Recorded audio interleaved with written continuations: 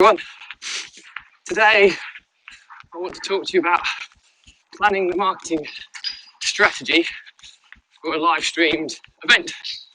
So it's a lovely Friday morning, really fresh, quite chill, quite fresh, about 10 degrees, it's sunny, so it's going to be a nice day today, which is always good.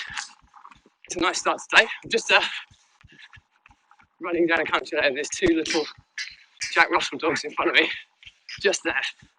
I've got to run past them. Fortunately, they're running away from me, not running towards me, otherwise they might attack me. Anyway, let's hope they don't do that. But it's a Friday morning, and Friday's all things marketing.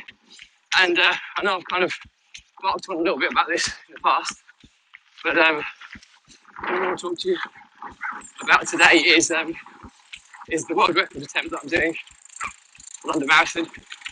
I also want to talk to you about the marketing plan on how we're going to get it out to as many people as possible, but also, more importantly, what I have to do to actually adjudicate it for Guinness World Records. So I'm not going to go into too much detail because I've talked about this in previous episodes, but the world record attempt it was meant to be for the real London Marathon back in April. I was being adjudicated by Guinness World Records to try and be the fastest male marathon runner dressed as a ninja. I can't do any elite ones, so I go for the city ones. Nonetheless, it's a world record. There is a record to beat, which is 4 hours 17, and applied for that, and was accepted to run it at London Marathon. Obviously, London Marathon got cancelled because of COVID, and we're now doing a virtual London Marathon on the 4th of October, which is 2 weeks on Sunday. And the issue is that the adjudication process at London Marathon is straightforward because they have Guinness World Records people at every kilometre checking that you're still running, you're still wearing the same outfit, and you're checked at the beginning and at the end, so they can adjudicate the world record. Because I'm doing it virtually, kind of anywhere in the country or the world, you have to do a lot more kind of stringent measures to adjudicate it. So one of which is some people who are going to be doing it with me. When I say doing it with me, they'll be cycling next to me. I have to sign witness statements. I have to have the whole thing video recorded, and even to kind of avoid the impact of being able to edit bits in and out, I'm streaming it live on social media. So on Sunday, the 4th of October, I think I'm going to go for a 9:30 a.m. start. I'll be trying to beat marathon distance of 26.2 miles, and I'm going to try and be under 4 hours 17 minutes. But it'll be live streamed from start to finish via as we're going, and there'll be people that will be filming me whilst we're cycling next to me, providing me with supplies, etc. So I'm not going for fundraising. I'm doing it for children's charity, for Fab Kids. But I've already raised over £1,000 for them, which was my target was 1,850 for this year. But due to COVID, they've accepted £1,000 and gratefully accepted £1,000. And my place has been pushed back to next year, where I'll have to raise the difference and more, hopefully. But it's not the right time to ask people for fundraising, where there's a lot of people out there fighting for their livelihoods, etc., due to COVID. So this is all about raising awareness. So I'm going to do it as part of my social experiment to use this as a bit of a PR stunt to see how many views, how many comments we can get. So I'm really going to be kind of asking and begging for comments and likes. I want this to get as much reach as possible. I've got some people with some fairly sizable following to be able to share my live streams, try and get some extra reach. We can see what we can get. I mean, there's a guy who ran a marathon in his garden and got like millions of views. I'm not saying we're going to get millions of views, but if I can at least get to 10,000 or above, that would be probably quite successful for me. And if I use all of the people around me and people see that how hard it actually is, people can check in and out if it's being streamed the whole way to see how upbeat I'm at the beginning and how ruined I'm at the end, because it is a ridiculously hard challenge, because there's kind of three aspects to it really. It's hard enough running a marathon in normal running attire like I'm wearing today. But try running it with a mask that goes over your nose and mouth, so your breathing is restricted. Your head to toe covered, so you're wearing a full suit, so the ninja outfit doesn't show any skin other than your eyes. So the overheating impact of that, and also the suit is it's quite heavy. And the more you sweat, the heavier it gets. So that's it's a killer. And then equally as bad is the barefoot running footwear.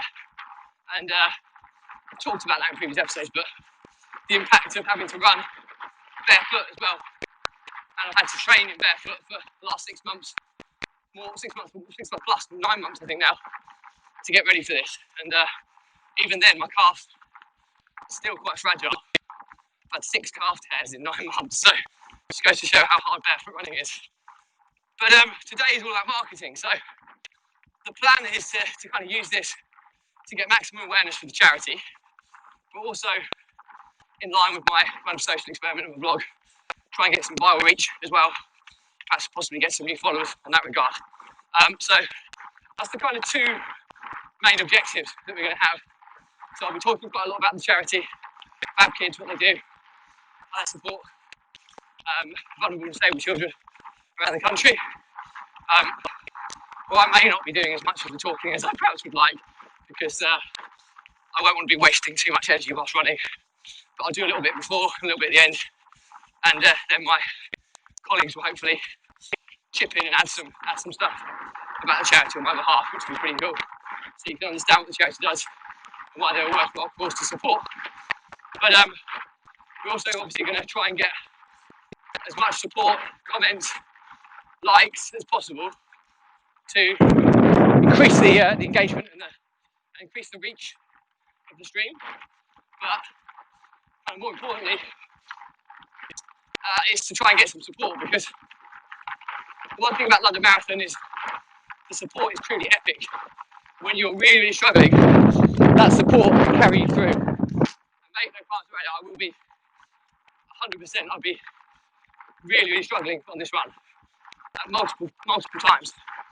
And when you've got that crowd around you, it pulls you through. If you're running in the rural Cambridgeshire countryside on a guided busway, it's not really the same motivation.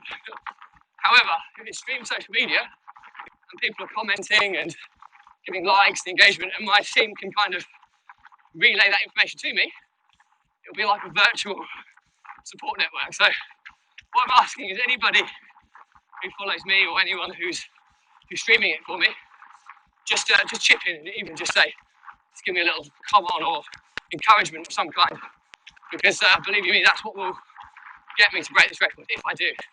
And it's very much a 50-50. I've only run in the outfit once. I did a half marathon. I did it in 2 hours and 6. And I was dying at the end. So I know it was really hot that day, but still, I'd have to run the same distance and the same speed to have a chance of breaking the world record, and I wouldn't have had it in me on that day. So let's hope I've got it in me on the 4th of October, which is hence why I need the support. So the plan is going to be to stream it on Facebook. I've got a meeting with a social media manager today, actually, who was part of a world record attempt a proper world record attempt where someone broke the world record for the fastest Ironman indoors. It's a bit more prestige around that one than the one I'm going for, but nonetheless, still a world record. And that was streamed, and lots of things that he did in there that he's going to talk me through today. So we'll have a better marketing plan at the end of today, as opposed to now. The reason I'm talking about this today is that these episodes are recorded 2 weeks in advance, so this one will be published 3 days before the real thing. So hopefully you can watch this and understand what's happening and what's going to go. I'm going to share this a lot more when closer to on the actual day. So you can see what this is about and what we do. But the aim will be to stream it, and what we're trying to get right at the moment is I want to be able to share my one live stream where multiple other people can share it and almost host it on their platform so they can push it out to their following as well. So I need to look at there's any software I need, what needs to be used. Got to get all the tech and everything, all the battery packs, everything, because 4 and a bit hours of live streaming is going to drain the batteries of the smart devices. So we need to make that as seamless as possible. And also a bit of a content plan as well, what we can kind of cover in 4 hours that will hopefully get a few people engaged as well. So we've got to plan all that side of things out. But the main focus is to be streaming it on one live stream with multiple people having the ability to share it. So I need to look into this a bit more. I've never done this before. So we're researching it this week and doing all the planning and everything. And then I'll be following a bit of a social media launch plan that my mentor Rob Moore taught me. The difficulty is that I'm not selling anything, and generally these launch plans are due to launching a product or a service. I'm launching an event. I'm hoping to get people just to tap in every now and then and just give me a little bit of support. So it'll be interesting to see how well this goes, but I'm going to test it. I've never done the social media launch plan as per Rob mentioned, and that will start kind of from next week stroke the week after on the build up. So 14 days out. It'll probably start 7 days out, because I don't have to build up, to selling something. I'm telling people what I'm doing already and what I'm asking people for. So I'm putting together a social media launch plan that'll kick off on the Monday of the week running up to the 4th. So it'll be interesting to see how that works and how that performs as well, to try and get some additional engagement. I'll be trying to reach out to some collaborators over the next week, people who are either in running or support children's charities, to try and give this some extra reach, just so we're raising awareness, because there's a lot of really, really good causes, and there's some that are very important in this world today. And my passion's always been supporting children's charities. I know that there's some obviously stuff relating to more current affairs like the COVID pandemic and stuff today, which is all equally as important, but I've always supported children's charities, and that's been the kind of niche in the charity world that I've always wanted to give to, based on my experience with my children, etc. So hopefully there'll be some others that will be willing to share this attempt. Like I say, it's not for fundraising, and I will not be asking or taking any form of payments. I will be asking for more come the London Marathon next year, that's for sure, and hopefully fingers crossed, things are a little bit more normal as we're fast approaching a second lockdown here. So it will be predominantly all to try and generate some support, some comments, and just see how big a reach we can get on this, because it's a really good cause. It's a crazy challenge, and hopefully there's enough intrigue in there to kind of generate some interest from people who wouldn't have known me or known what Fab Kids are before I'm doing this event. So that's kind of the mindset and the brainstorm behind it. So when I'm talking about social media launch plan, I have to go through my notes that Rob gave me a long time ago, but it will be posting quite frequently, possibly 3 times a day. Not necessarily I might keep it in line with Runpreneur, just pre-record them in terms of in my runs, and then schedule the release of them in the build up to the actual event. So I'll be mapping out with my social media manager today, and let's see how much success we can get out of this for the greater good. So it'll be interesting to see kind of what comes of it, and I'll be sure to give full transparency and document all of the results, etc., so people can see the impact of the stuff I'm going to be doing. I'll be talking through it more each day, so the stuff where I talk about personal life, this is quite important to me on a personal life basis. So on Sunday, I'll probably give you a further update on the social media plan, where we are. I'll talk you through in more detail what we're actually doing. So I will be talking more about this in the build up to the event, and then once we've finished, well, come Sunday, it'll have to be scheduled stuff in the week build up. Otherwise, it'll be a bit weird when my episodes are relating to the event where I've already run it, because it'll be published after the actual event. So I'll be talking more about this on Sunday, which will be published on the day of the event, and then I'll be doing some scheduled stuff which will come out in the preceding days up until the actual event itself. So that's pretty much it. I want to talk about today, but just to re-emphasise, I'm asking for just some support, just a like or comment. Anytime between 9:30 and 1:30 on, hopefully I'll finish by 1:30. I'm aiming to get under 4 hours, but we will see. So any comments, likes, shares, or just a view you can give me will be relayed to me by my team, and hopefully it will be enough to get me to that finish line. I'm just going past some people, so just bear with me a second.